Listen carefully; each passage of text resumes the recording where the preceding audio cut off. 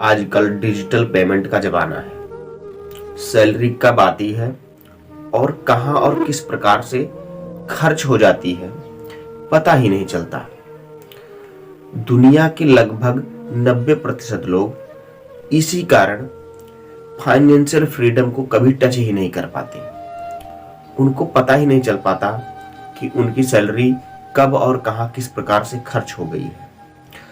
आज हम लोग इसी बात का विश्लेषण करेंगे। नमस्कार, मेरा नाम सतीश है और आप देख रहे हैं लुजुन यादव यूट्यूब चैनल।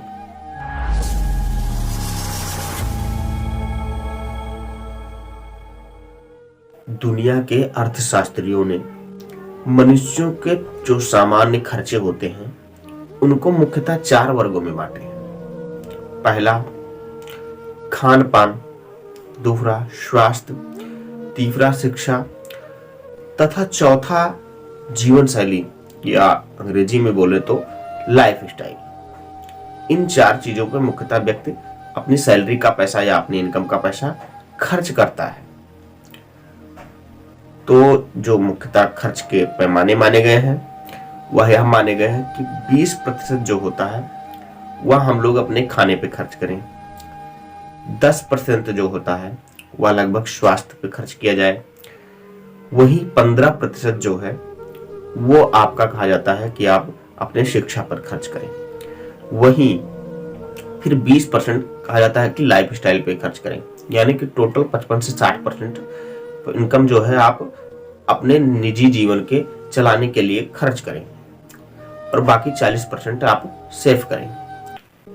लेकिन मेरा इस विषय में मानना कुछ अलग है। मैं मानता हूं कि अपने खान पान पे व्यक्ति को उतना ही खर्च करना चाहिए जिससे उसका जो पौष्टिक आहार है, जो शरीर को न्यूट्रिशन की जरूरत होती है, वह न्यूट्रिशन उस खाने से मिलता रहे जो आप खा रहे हैं।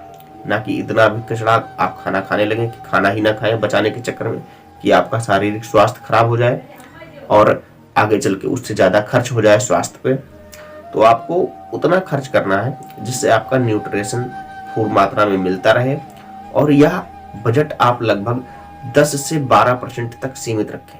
यानी कि 10 से 12% के अंदर ही आपको अपना खाना सुरक्षित करना है। उसी में आप फुल न्यूट्रिशन वाला खाना आप खा सकते हैं।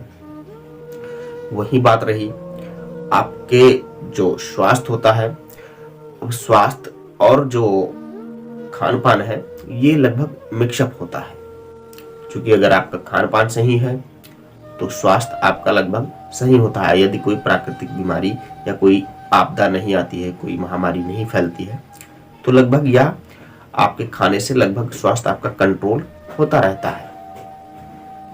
इसी कारण स्वास्थ्य पे लगभग 15 से 16, 17, 18% तक ही खर्च करके रखना चाहिए। यानी कि 16 से 17%, 15 से 16, 17% को आप इतना मैनेज करके रखिए कि इस पैसे को हम अपने भविष्य में जाके स्वास्थ्य पे खर्च करेंगे, ताकि आपका स्वास्थ्य बना रहे। अगर स्वास्थ्य बना रहेगा तो आप अधिक पैसे कमा पाएंगे और अधिक अच्छा जीवन व्यतीत कर पाएंगे। अब बात रही शिक्षा और लाइफ स्टाइल की। तो शिक्षा पे मैं मानता हूं कि लगभग आपको 15 से 20% जो है आपके इनकम का आपके शिक्षा पे खर्च होना चाहिए। अब लोग आप कहेंगे कि क्या हम जीवन भर पढ़ते ही रहेंगे? नहीं साथियों, जीवन भर पढ़ते नहीं रहना है, लेकिन आप जिस थ्रू से इनकम आपकी जनरेट हो रही है उस विषय को अपग्रेड करने के लिए, उसमें और बेहतर करने के लिए आपको कुछ ना कुछ सीखना पड़ता है। उसके लिए कुछ किताबें खरीदनी पड़ती हैं, कुछ कोर्स खरीदने पड़ते हैं, कुछ अन्य चीजें, कुछ सिस्टम खरीदना पड़ता है। उन सिस्टम खरीदने, उस कोर्स को खरीदने में आप अपने जो पैसा है उसका कम से कम 15 से 20% आप अपने शिक्षा पे खर्च कर सकते हैं। यानी कि अपने स्किल को बढ़ाने पे खर्च कर सकते हैं, जिससे आपकी इनकम हमेशा के लिए बढ़ती रहती है। वही बात की जाए लाइफ स्टाइल की, तो लाइफ स्टाइल पे मैं मानता हूँ कि कपड़े पहनने के लिए, जूते पहनने के लिए, इस पे कैसे आप खर्च कर सकते हैं, लेकिन आप उतना ही खर्च करिए जिससे आपका मंथली बजट डाउन ना हो। जूता आप खरीदिए, बढ़िया जूता, ठीक ठाक जूता ही खरीदिए, लेकिन अपने बजट में। मैंने आज तक कोई भारी भरकम ब्रांड वाली चीजें नहीं खरीदी है। मैं उन चीज़ों को खरीदता हूँ कि जूता अगर मैं खरीदता हूँ तो 300 से 400 के बीच में ही खरीदता हूँ, और 2 महीने 3 महीने 4 महीने मैं उसको पहनता हूँ, उसके बाद उसको बदल के दूसरा ले लेता हूँ। तथा इसी प्रकार मैं अपने कपड़े भी बहुत फॉर्मल खरीदता हूँ, जिससे मैं अपने लाइफ स्टाइल को शो ऑफ करने से बचता हूँ। मैं ऐसे कपड़े खरीदता हूँ जो कम से कम 3 से 4 साल तो चले ही चले।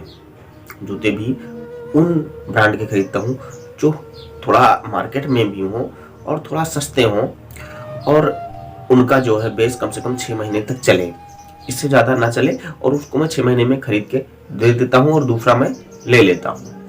तो इन पूरे वीडियो को अगर मैं समराइज करके बोलूँ तो आपका स्वास्थ्य, खान पान, शिक्षा और लाइफ स्टाइल पे कुल मिला के लगभग 40 से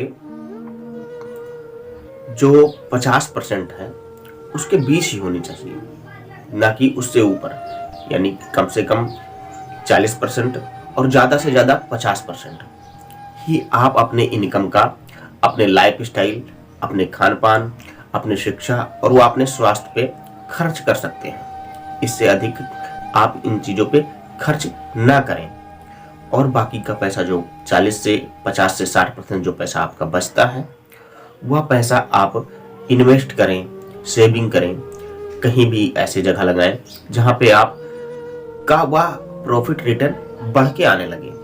तो इसी के साथ मैं अपनी वाणी को विराम दूंगा। मिलेंगे आपको अगले वीडियो में। नमस्कार।